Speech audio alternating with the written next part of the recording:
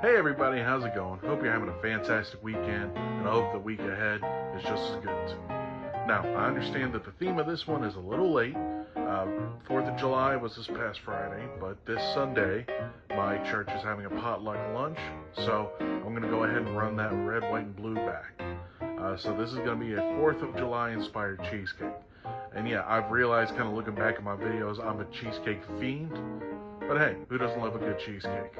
So, check it out, watch how I do this, see how it goes, try it out for yourselves, and if you don't like the colors here, you can always try with green, pink, indigo, whatever you want. Just have a fun color combo for your next cheesecake. So, let me know what you think, leave your comments below, subscribe if you haven't already, and I will see y'all again next time.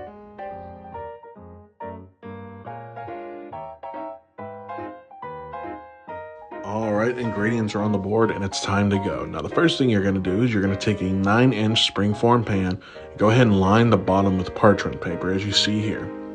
Next thing you're going to do is you're going to wrap aluminum foil around the outside of this pan very tightly to make sure that when you give your water bath later, no water gets into your mix.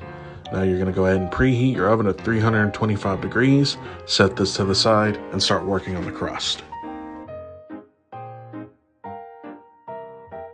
Now the crust itself is very simple. All you're going to do is you're going to take a graham cracker, you're going to pour your sugar into it, and then pour your butter all over it, and mix everything well, and make sure that everything gets wet. You want it to have kind of like a sandy consistency by the time you're done with it.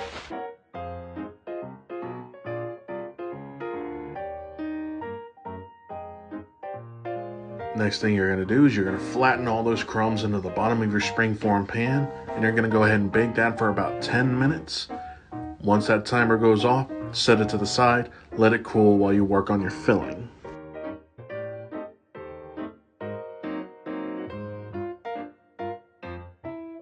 Your filling's pretty easy. All you're going to do is you're going to take your cream cheese, put it into a mixer with a paddle attachment, go ahead and beat it for about 2 minutes until everything is nice and creamy, making sure that you scrape down your sides to make sure there's no lumps. Next, you're going to add in your sugar, beat it for another couple of minutes until everything again is creamy and there's no lumps. As you can see here, it almost looks like cream cheese frosting right now because that's basically what you have.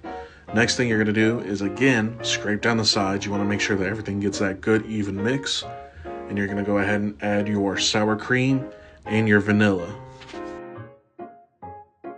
Now you're going to want to mix all of this until it is well combined. Right now you don't have to worry about over mixing anything.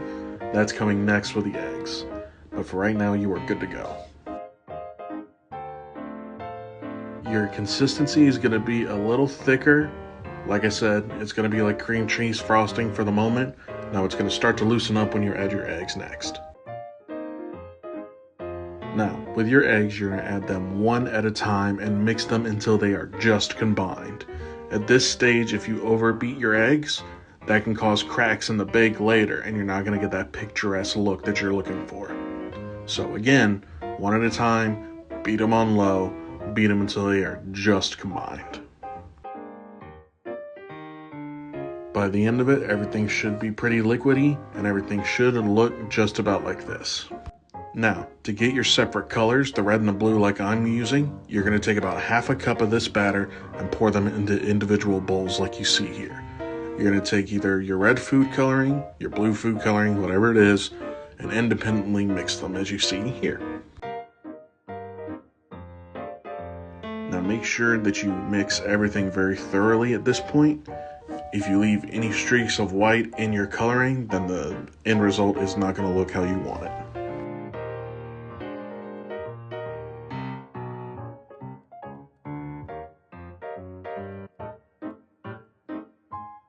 Once everything is mixed to your liking, you're going to go ahead and take the original batter, go ahead and pour that into your cooled crust, and then using a spoon, put dollops of the colors in alternating fashion like you see here, and go ahead and put them in a spiral circle.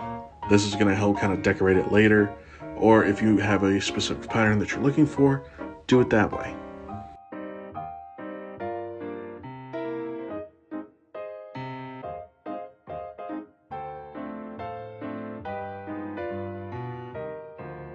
Now for the final bit of decoration, you're going to take a toothpick, a chopstick, whatever have you.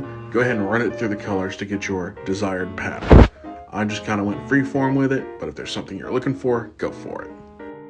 Now that everything's decorated, go ahead and put your cheesecake into its water bath, and you're going to go ahead and bake it for about 60 to 70 minutes, or until the center is wobbly, but it's pretty much set. Now, what do I mean by wobbly but set? Well, if you look here, you see me gently shaking the water bath, and you can see that the center is wobbly, but it's not sloshing over like a liquid. That's what you're looking for.